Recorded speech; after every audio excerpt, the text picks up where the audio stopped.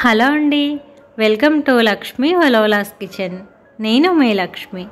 ఈరోజు వీడియోలో మా గోదావరిలో స్పెషల్ రెసిపీ వెన్నప్పాలు ఎలా చేసుకోవాలో చూపిస్తున్నానండి. మా సైడ్ అయితే సంక్రాంతి పండుగ వస్తుందంటే చాలు చాలా వరకు కూడా ఈ వెన్నప్పాలు చేసుకుంటారండి. ఇంకా మా అమ్మ అయితే పండగకి వెళ్ళి వచ్చేటప్పుడు కూడా ఇవి చేసి నాకు ఇస్తూ ఉంటుంది. చాలా ఇష్టం అనమాట మా అందరికీ కూడా. అండ్ ఈరోజు వీడియోలో మీకు చూపిద్దామని చెప్పి షేర్ చేస్తున్నాను. మరి ఎలా చేయాలో చూసే ముందుగా లైక్ చేసేయండి. ఈ వెన్నప్పాలు చేసుకోవడం కోసం మనం ముందుగా బియ్యాన్ని వేసుకోవాలండి. నేను ఇక్కడ చూపిస్తున్న కప్పుతో 4 కప్పుల బియ్యం తీసుకుంటున్నాను. అవి కూడా రేషన్ బియ్యం వాడుతున్నానండి. రేషన్ బియ్యం అయితే కనుక చాలా బాగా వస్తాయి అన్నమాట. 4 కప్పుల బియ్యము అంటే సుమారుగా 1 కిలో వస్తాయి. ఇలా మనం 1 కిలో వరకు బియ్యం తీసుకున్నాం కదండి. ఇవి రేషన్ బియ్యమైనా అయి ఉండాలి, లేదంటే కొత్తగా బియ్యం వస్తాయి కదా సంక్రాంతికి, పచ్చి బియ్యం అంటాం, అవైనా కూడా బాగా వస్తాయి అన్నమాట. 1 కిలో రైస్ వేసుకున్న తర్వాత వీటిని శుభ్రంగా 2-3 సార్లు బాగా కడగాలండి. అలా కడిగిన తర్వాత ఒక రోజంతా కూడా నానబెట్టుకోవాలి. మనం నానబెట్టుకున్నప్పుడు మధ్య మధ్యలో ప్రతి 5-6 గంటలకి కూడా బియ్యాన్ని కడుక్కుంటూ ఉండాలి. నేనైతే ఇక్కడ ఒక రోజంతా కూడా నానబెట్టుకొని తర్వాత మళ్ళీ వాష్ చేసుకుంటున్నానండి. వీటిని ఒక రోజంతా కూడా నానబెడతాం కాబట్టి ఆ బియ్యం అనేది వాసన రాకుండా ఉండడం కోసం ప్రతి 6 గంటలకు ఒకసారి కూడా కడుక్కుంటూ ఉంటే బాగుంటుంది.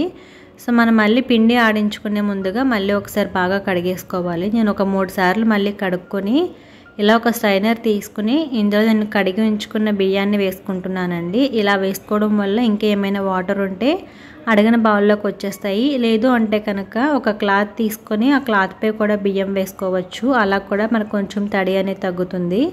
ఒక 10 నిమిషాల పాటు ఇందులో వేసుకుని అలా ఉంచితే కనుక బియ్యం అనేది కాస్త తడారిపోయి ఉంటాయి.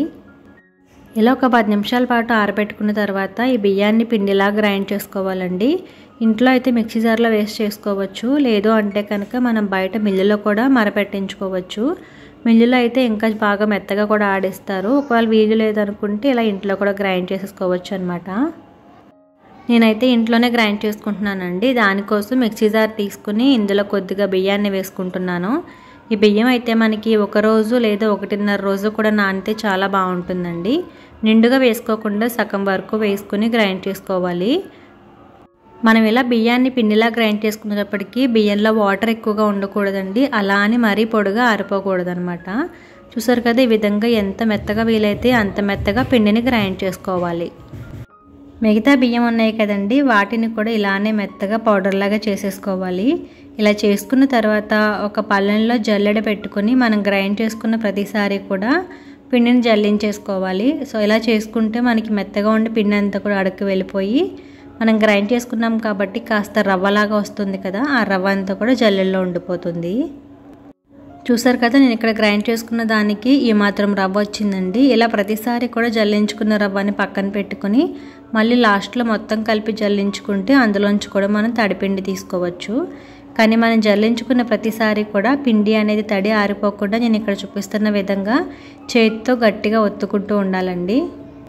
అలా చేయడం వల్ల పిండి అనేది తడారిపోకుండా ఎక్కువసేపు పాటు మనకి తడిపిండిలా ఉంటుంది. అంటే మనం కాసేపు పాకం పట్టడం అది లేట్ అయినా కూడా ఎటువంటి ప్రాబ్లం ఉండదు అనమాట. నేనైతే జల్లించుకున్న పిండి అంతా కూడా ఎంత వచ్చిందండి. దీన్ని ఇప్పుడు పక్కన పెట్టేసుకుని పాకం ఎలా పెట్టుకోవాలో చూద్దాము. పాకం పెట్టుకోవడం కోసం స్టవ్ ఆన్ చేసి లోతుగా అలాగే కాస్త మందంగా ఉండే ప్యాన్ పెట్టుకోవాలండి.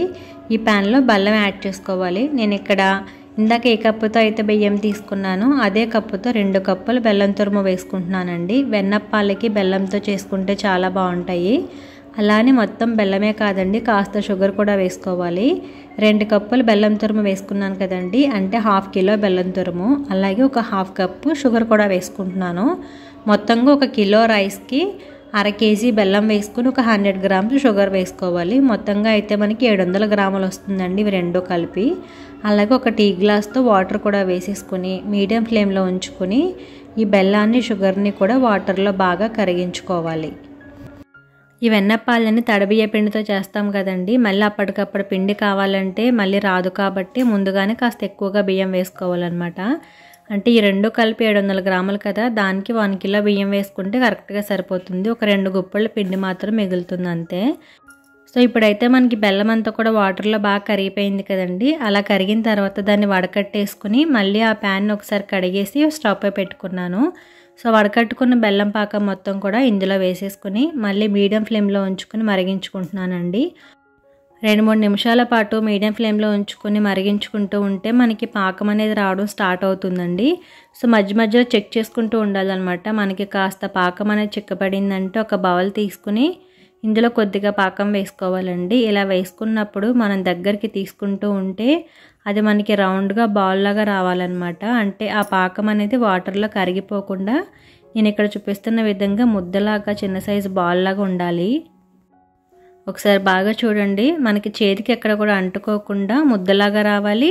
అండ్ అది మనకి బాల్ లాగా వచ్చి మరి గట్టిగా కాకుండా ఎటువైపు స్ప్రెడ్ చేస్తే అటువైపు వెళ్ళిపోవాలన్నమాట. అంటే మెత్తటి బాల్ ఉంటుంది కదా, అలా రావాలన్నమాట. అలా వచ్చిన తర్వాత వెంటనే స్టవ్ ఆఫ్ చేసేసుకుని మనం ముందుగా రెడీ చేసి ఉంచుకున్నాం కదండి తడిబియ్య పిండి, అదొక వైపు వేసుకుంటూ ఉంటే ఇంకొకరు కలుపుతూ ఉండాలండి. దీనికైతే కంపల్సరీగా ఇద్దరు ఉండాలి, అలా అయితేనే పని ఈజీగా ఉంటుంది. ఒకరు పిండిని వేస్తూ ఉంటే ఇంకొకరు ఆపకుండా కలుపుతూ ఉండాలండి. మన మధ్యలో కనుక కలపడం ఆపాము అంటే ఆ పిండి అక్కడ ఉండలు కట్టేస్తుంది. అందుకోసం కలుపుకుంటూనే ఉండాలి. ఇలా కలుపుకుంటూ ఉన్నప్పుడు మనం రెడీ చేసి పెట్టుకున్న పిండి మొత్తం వేసేయకూడదండి. మనకి అవసరానికి బట్టి ఎంత పడుతుందో అంత వేసుకోవాలి. అంటే మనకి పిండి అనేది మరి పల్చగా లేకుండా నేను ఇక్కడ చూపిస్తున్న విధంగా రావాలి. అందుకోసం కొద్ది కొద్దిగా వేసుకోవాలి.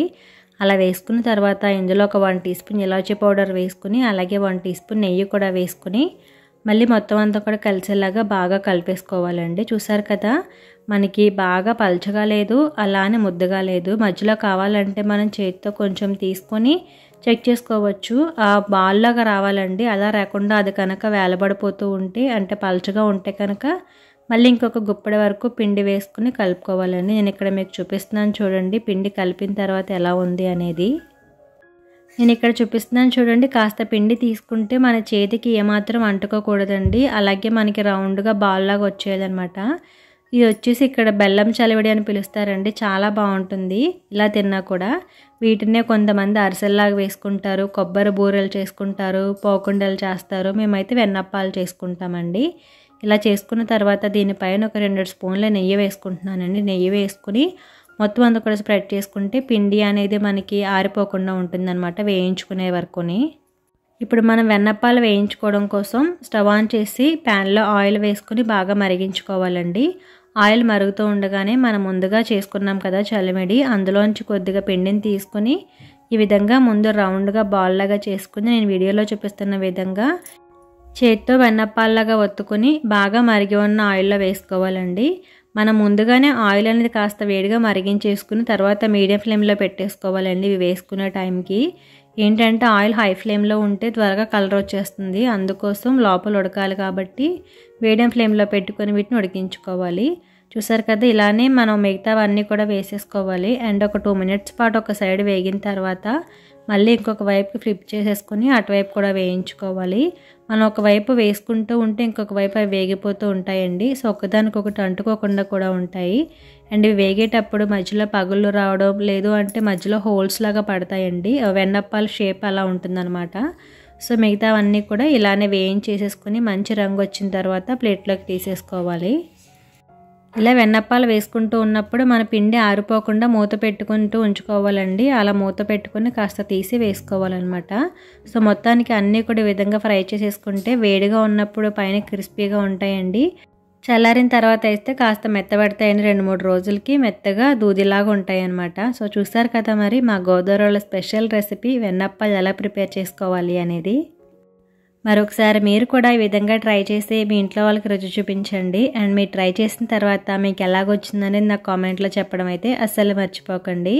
అలాగే వీడియో కనుక మీకు నచ్చితే వీడియోకి లైక్ చేసి మీ ఫ్రెండ్స్కి కూడా షేర్ చేయండి. ఫస్ట్ టైం చూస్తున్న వారైతే తప్పకుండా సబ్స్క్రైబ్ చేసి నాకు సపోర్ట్ చేయండి. Thank you for watching.